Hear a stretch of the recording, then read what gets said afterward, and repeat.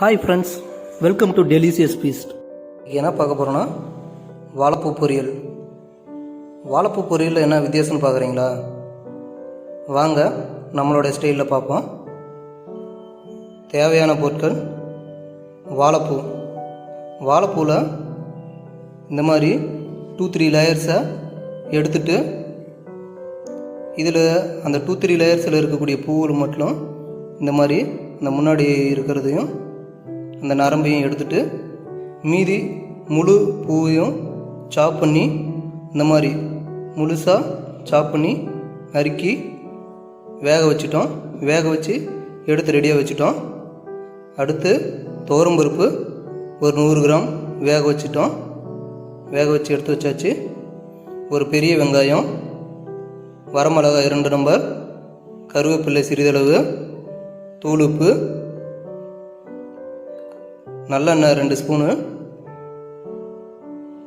கடுகு, தாளிப்பு உளுந்து, தக்காளி ஒரு பெரிய நம்பர், தேங்காய்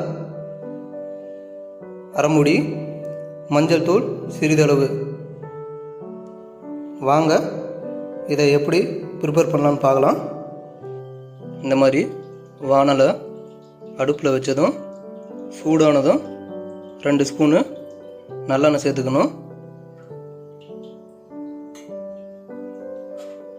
நல்லெண்ணெய் நல்லா இந்த மாதிரி காஞ்சதும் கடுகும் தாளிப்பு உளுந்தும் போட்டுக்கணும்.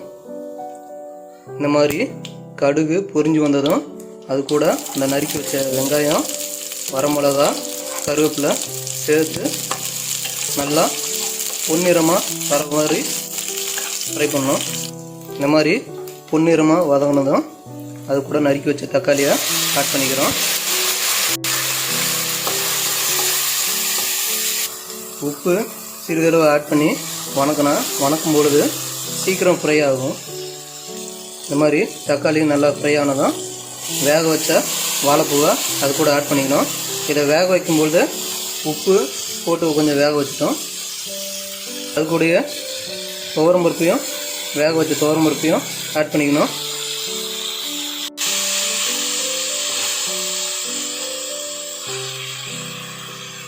மஞ்சள் தூள் சிறிதளவு ஆட் பண்ணிக்கணும். ஆல்ரெடி வரமிளகா 2 நம்பர் போட்டிருக்கோம், அதனால் காரம் கொஞ்சமாக தான் இருக்கும். இப்போ 1 ஸ்பூனு மிளகாத்தூள் அது கூட ஆட் பண்ணிக்கிறோம்.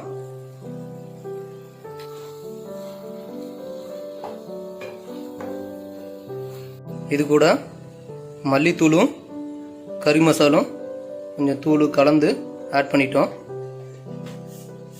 கடைசியாக திருவி வச்ச தேங்காய் திருவில் அது கூட கொட்டி கலந்துக்கணும். இது ஆல்ரெடி நல்லா பாயில் ஆனதுனால தண்ணி எதுவும் ஆட் பண்ண தேவையில்ல.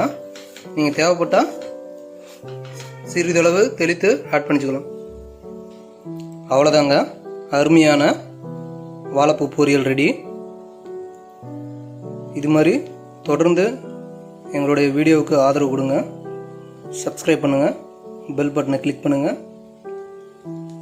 இது ரொம்ப துவர்ப்பாக இருக்கிற மாதிரி இருந்துச்சுன்னா சிறிதளவு லெமன் புளிஞ்சு விட்டுட்டிங்கன்னா அந்த துவர்ப்பு கம்மியாக இருக்கும். தேங்க்ஸ் ஃபார் வாட்சிங். அடுத்த வீடியோவில் சந்திப்போம்.